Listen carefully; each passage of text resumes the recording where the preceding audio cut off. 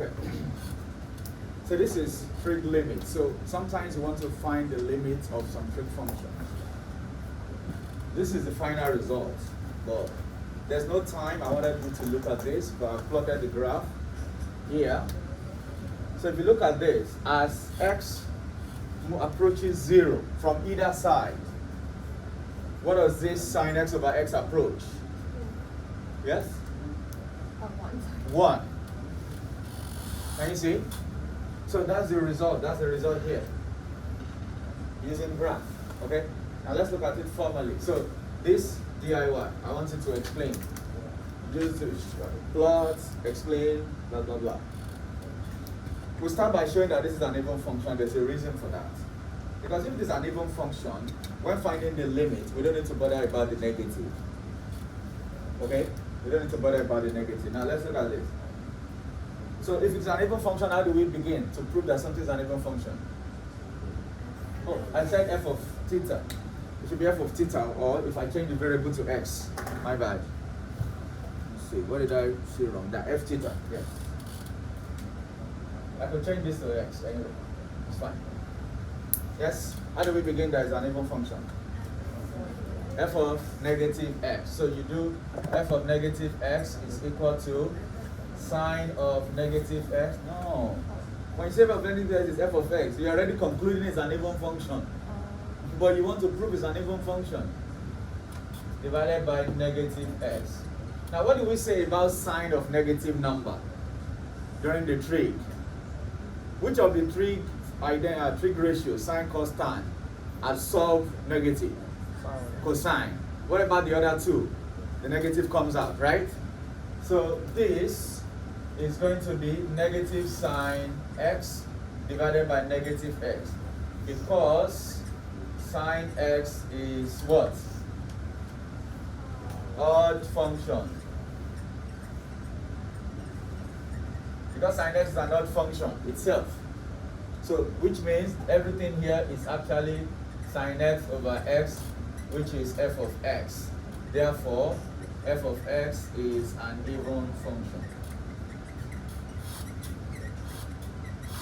Does this make sense? So because it's an even function, I'm skipping, you can look at this, is on one page of your book, page 409. There are questions, series of questions that follow, but we don't need to, they are just guiding you. After this, you do this, then you do two-sided limit. But because the two-sided limit eventually become the same by the virtue of the fact that it's an even function. Okay? So that's why I'm skipping that, the negative part. Because now,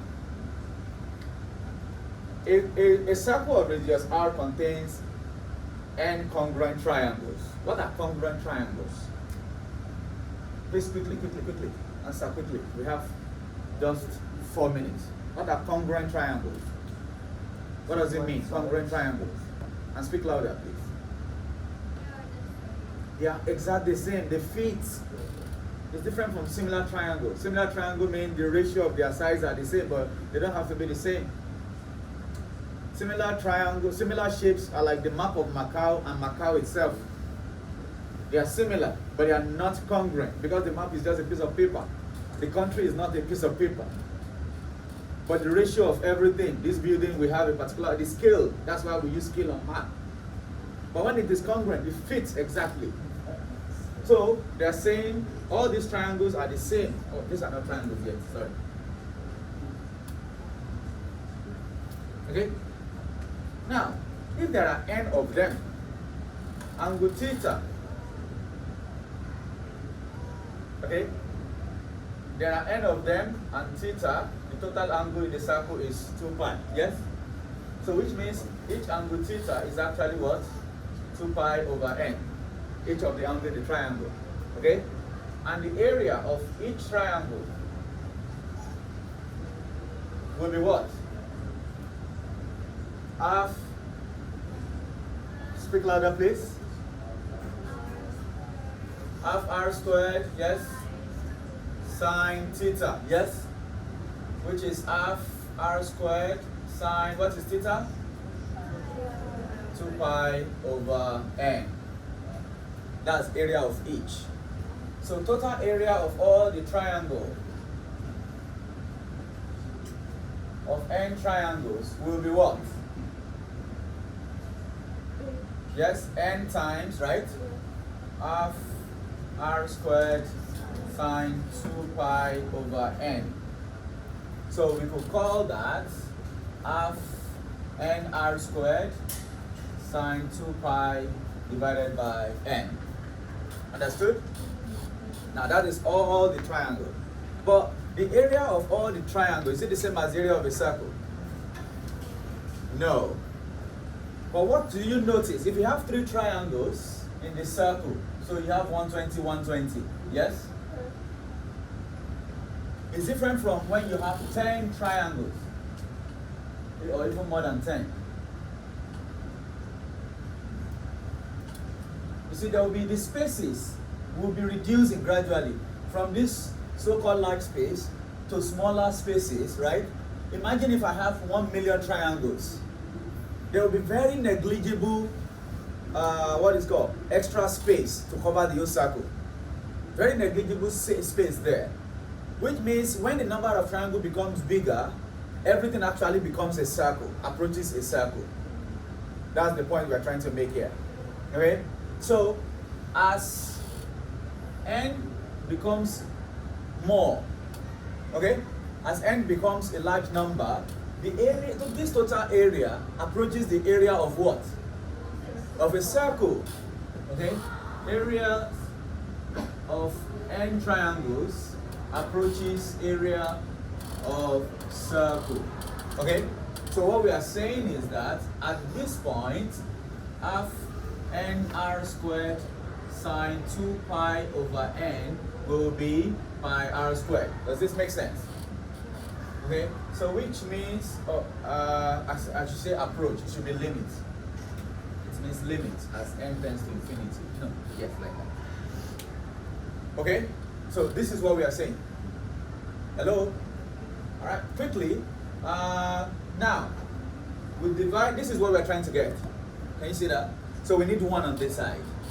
So we divide both sides by this. Understand? So if you divide both sides, it actually means limit n tends to infinity,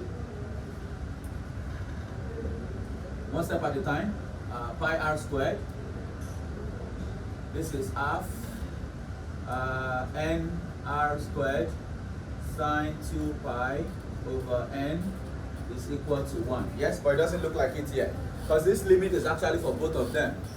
But this is a constant.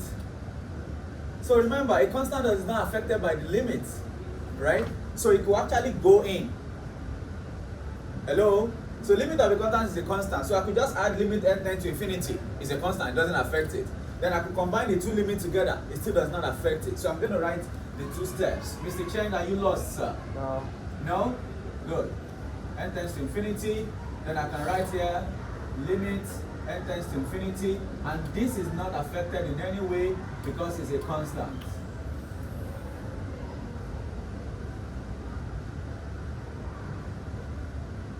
Because limit of the constant is a constant. So you can write the constant as limit just to make it uniform.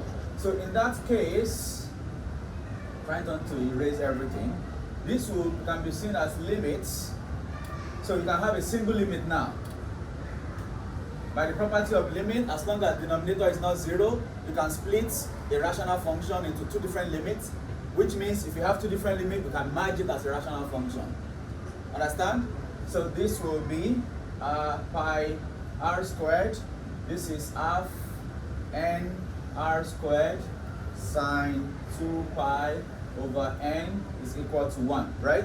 So you can see that r squared is gone. Okay?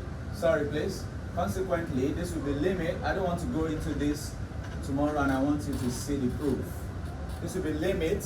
Tell me what is left.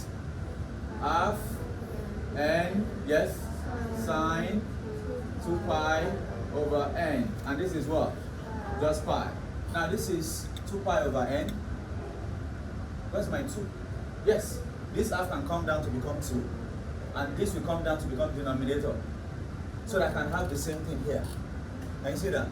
So this will be, implies limit n infinity, half come down, 2 pi.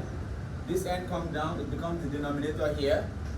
and at the top you have sine of the same thing is equal to 1. And that's the first part. Now the second part, what happens to theta as n tends to infinity? As n tends to infinity, what happens to this? It becomes what? 0. Because the denominator becomes bigger, so everything converges to 0. As that happens, theta, which is equal to 2 pi over n, approaches 0. So the entire result can change.